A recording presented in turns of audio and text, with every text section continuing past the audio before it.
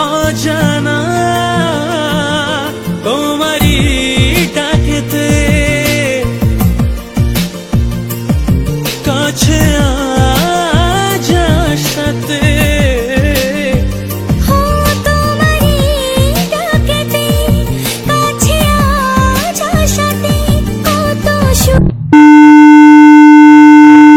Hello, good morning. কেমন আছো সবাই? আমার নতুন একটা ভিডিওতে তোমাদের সবাইকে অনেক স্বাগত। সকালে ঘুম থেকে উঠে মুখ ধুয়ে এই যে দেখো রুমে চলে এসেছি। সোয়েটার পরার পরেই কিন্তু কাজকর্মগুলো যা যা আছে সকালবেলাতে সেগুলোই করব। সচরাচর কাজকর্ম বলতে সকালবেলাতে মাঝে মধ্যে যেদিনকে রাতের বেলাতে ইচ্ছে করে না সেদিনকে থালা বাসনগুলো রেখে দিই, সকালবেলাতে মাজি আর রুম ঝাড় দিই আর কিন্তু বেডগুলো ভালো করে পরিষ্কার করে সুন্দর করে সাজিয়ে গুছিয়ে রাখি। আজকে কিন্তু থালা বাসন ধুতে হবে না, তার কারণ হচ্ছে আগের দিন রাতের বেলাতেই সমস্ত কিছু গুছিয়ে রেখেছিলাম। রুম ঝাড় দিতে হবে আর তোমাদের দাদাভাই তো ডিউটিতে চলে গেছে, জিনিসপত্রগুলো এদিক সেদিক মানে যেখানে সেখানে ফেলেছে সেগুলোই এখন টুকটুক করে একটুখানি গুছিয়ে নিচ্ছি আর বেডটাকে ভালো করে পরিষ্কার করব। যাই হোক, আজকে সারাদিন কি করি না করি সবটা তোমাদের সঙ্গে শেয়ার করব। ভিডিওটা কন্টিনিউ দেখতে থাকো। আই হোপ আজকের এই ভিডিও দেখতে তোমাদের সবার খুব ভালো লাগবে। এই যে ভিডিওটা তোমাদের সঙ্গে শেয়ার করছি, এই ভিডিওটা কিন্তু আমি কোয়ার্টারে আসার 2-3 দিন মতন পরেই বানিয়েছিলাম। তো আমাদের কিন্তু আছে ওয়েলফেয়ার, তাও আবার সকালবেলাতে খুব একটা বেশি আমাদের এখানটায় ওয়েলফেয়ার হয় না, মাঝে মধ্যে সকালবেলাতে হয়, না হলে কিন্তু বেশিরভাগ সময় বিকেলবেলাতেই হয়। আর তোমরা যারা রেগুলার ভিডিও দেখো তোমরাও ভালো করে জানবে, যেদিনকে ওয়েলফেয়ারে যাই আমি তো ভিডিও করি বলতে ওখানটায় কি হচ্ছে না হচ্ছে ওটা তো আমি ভিডিও করি না, কারণ ভিডিও করা মানা আছে। ওই কারণে অনেকেই তোমরা আবার এটাও জিজ্ঞেস করো তুমি এখন কোথায় আছো, কেন বলো না? সবাই তো বলে। অ্যাকচুয়ালি কী বলো তো, আমাদের যেহেতু মানা করেছে বলতে লোকেশন শেয়ার করতে, ওই কারণেই কিন্তু আমি কোথায় আছি আমার লোকেশনটা শেয়ার করছি না। পরে যখন আমি এখান থেকে এখন যেখানে আছি অন্য একটা জায়গায় যাব তখন তোমাদের শেয়ার করব প্রথম কোয়ার্টারে আমি কোথায় গেছিলাম। বলতে বলতে আমার কিন্তু কোয়ার্টারে আসা প্রায় 6 মাস কমপ্লিট হয়ে গেল। ভাবছি একটুখানি সেলিব্রেট করব। তাছাড়া তোমাদের সঙ্গে দারুণ একটা গুড নিউজও শেয়ার করা আছে, বাট এখন নয়, পরে শেয়ার করব। বিছানাপত্র গোছানো কমপ্লিট, রুমও ঝাড় দেওয়া হয়ে গেছে, শুধুমাত্র এই রুমটা বাকি আছে আর সামনেটা একটুখানি ঝাড় দিব। আজকে আর বাইরেটা ঝাড় দিব না, যেহেতু ওয়েলফেয়ারে যাব রেডি হতে হবে ওই কারণে। পরে তখন কোনো একদিন ঝাড় দিয়ে দিব। তাছাড়া আগের দিন তো ঝাড় দিয়ে দিয়েছি, খুব একটা বেশি যে নোংরা পড়েছে তেমনটা কিন্তু নয়। যাই হোক, চলো দেখতে থাকো তোমরা ভিডিওটা। এখন বাজে প্রায় এই ধরো 8টা মতন। তো ঘুম থেকে উঠে সকালে টুকটাক কাজকর্ম যা যা থাকে সেগুলোই কিন্তু করছিলাম।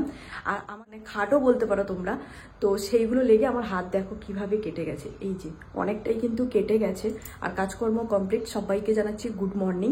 আর আজকে না একটু তাড়াহুড়োর মধ্যেই সকালবেলায় ঘুম থেকে উঠে কাজগুলো করছিলাম, কারণ যেতে হবে ওয়েলফেয়ারে 9:30টার দিকে, ওই কারণে। তো চলো পরপর তোমাদের সঙ্গে আপডেট দিতে থাকবো। আর এই যে দেখো, এই যে খাট, এর নিচের পায়াটা লেগে আমার হাতটা কিন্তু কেটে গেছে। এই যে এই সাইডটাই ভালোভাবে বোঝা যাবে। এই যে দেখো, এটা লেগেই হাতটা কেটে গেছে এইভাবে। এই যে জানি না বুঝতে পারছো নাকি, বেশ অনেকটাই কিন্তু কেটে গেছে। এই যে দেখো, স্নান করে ফ্রেশ হয়ে এই যে দেখো বসে পড়েছি এখন খেতে। চাও বানিয়েছি।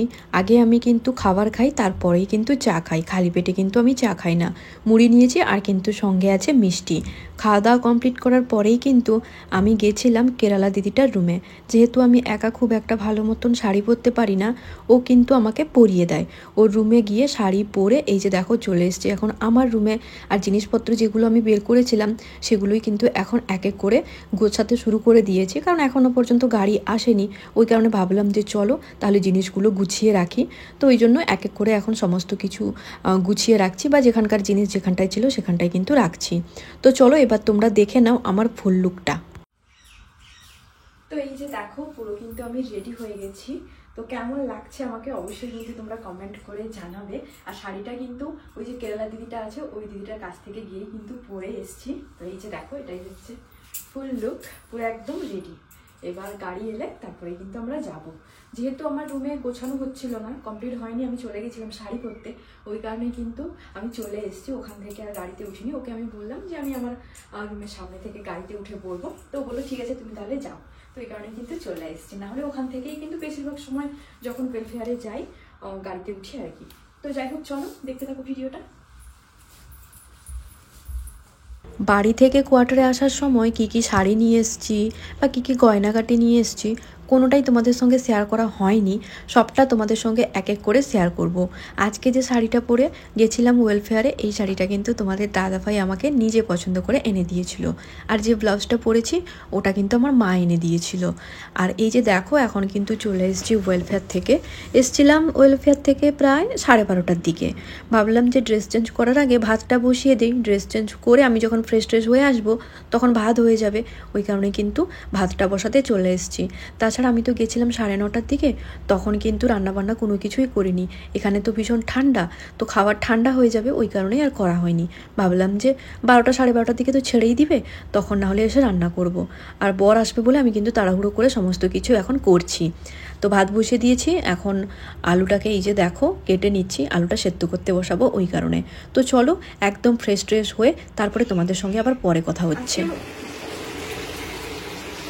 তো এই যে দেখো দুজন মিলে এখন রান্না বান্না শুরু করে দিয়েছি। ও এখন ওই সাইডটায় তরকারিটা গরম করছে আর আমি এই যে ভাতটা দেখছি।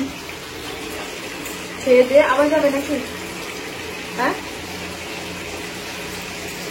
খেয়ে দিয়ে আবার যাবে? কখন আসবে ঠিক নাই। খাওয়া দাওয়া কমপ্লিট করার পরে না একটুখানি ঘুমিয়ে গেছিলাম, কারণ ভালো লাগছিল না, কেমন কেমন করছিল শরীরটা আমার। না ওয়েলফেয়ারে যেদিনকে মানে যেতে হয় সেদিনকেই কিন্তু কেন জানি না ওয়েলফেয়ার থেকে ফিরলে মাথাটা ভীষণ যন্ত্রণা করে। তো যাই হোক ওই কারণে একটুখানি বিশ্রাম নিচ্ছিলাম খাওয়া দাওয়া কমপ্লিট করার পরে। তারপরে বর চলে গেল 3টা 3:30টার দিকে ডিউটিতে, আর আমি একটুখানি শুয়েছিলাম। 4টার দিকে উঠে আমার যে টুকটাক কাজকর্মগুলো থাকে সেগুলো কিন্তু করতে শুরু করে দিয়েছিলাম। তো সবার প্রথমে আমি কিন্তু রান্নাঘরে গিয়ে এক বেসিন ভর্তি পুরো একদম থালা বাসন ছিল, সেগুলোকে মেজে গুছিয়ে রেখে দিয়ে এই যে দেখো বর নিয়ে এসেছিলো তেলের প্যাকেট। তো তেলের প্যাকেটটা কেটে বোতলের মধ্যে তেলটাকে ভরা হয়নি, ওই কারণেই কিন্তু এখন এই যে বোতলের মধ্যে তেলটাকে ভরে নিচ্ছি। আর তোমরা অনেকে জিজ্ঞেস করছিলে দিদিভাই তুমি ব্ল্যাঙ্কেট আর ব্ল্যাঙ্কেটের কভারটা কোথা থেকে নিয়েছো? ওই দুটো জিনিস কিন্তু আমি দোকান থেকে নিয়েছি, ওটা কিন্তু অনলাইন থেকে নেওয়া নয়। আমি তো ভিডিওতেই তোমাদের সঙ্গে শেয়ার করেছিলাম যে বর আমাকে নিয়ে গেছিলো শীতের কয়েকটা পোশাক কেনার জন্য। আমার জন্য কী কী নিয়েছে সেটা শেয়ার করা হয়নি, পরের ভিডিওতে শেয়ার করে দিব। বাট ব্ল্যাঙ্কেট আর ব্ল্যাঙ্কেটের কভারটা তোমাদের সঙ্গে শেয়ার করেছি, দুটোই কিন্তু দোকান থেকে নিয়েছি। আর যেহেতু এখানটায় ভীষণ ঠান্ডা ওই কারণেই কিন্তু শীতের পোশাক বলো ব্ল্যাঙ্কেট বা ব্ল্যাঙ্কেটের কভারগুলো কিন্তু খুব সুন্দর পাওয়া যায়, আর দামটাও কিন্তু খুব একটা বেশি নয়। যাই হোক রাত্রেবেলাতে রান্নাবান্না করব, তার জন্যই কিন্তু টুকটুক করে সবজিপাতি যা যা দরকার সেগুলোই কিন্তু কাটতে এখন শুরু করে দিয়েছি। চলো আজকের ভিডিওটা এই পর্যন্ত। যদি ভিডিওটা তোমাদের সবার ভালো লেগে থাকে অবশ্যই কিন্তু তোমরা লাইক করে দিও, কমেন্ট করে দিও। ফেসবুক থেকে দেখে থাকলে অবশ্যই কিন্তু পেজটাকে ফলো করে দিও। চলো সবাইকে টাটা, নেক্সট দেখা হচ্ছে আবার নতুন কোনো একটা ভিডিওতে। টাটা সবাইকে। আজ তোমায় নিয়ে শুরু হলো নতুন জীবন, সবই লাগে যেন দুটি চোখে স্বপ্ন এখন। আজ তোমায় নিয়ে শুরু হলো নতুন জীবন, সবই লাগে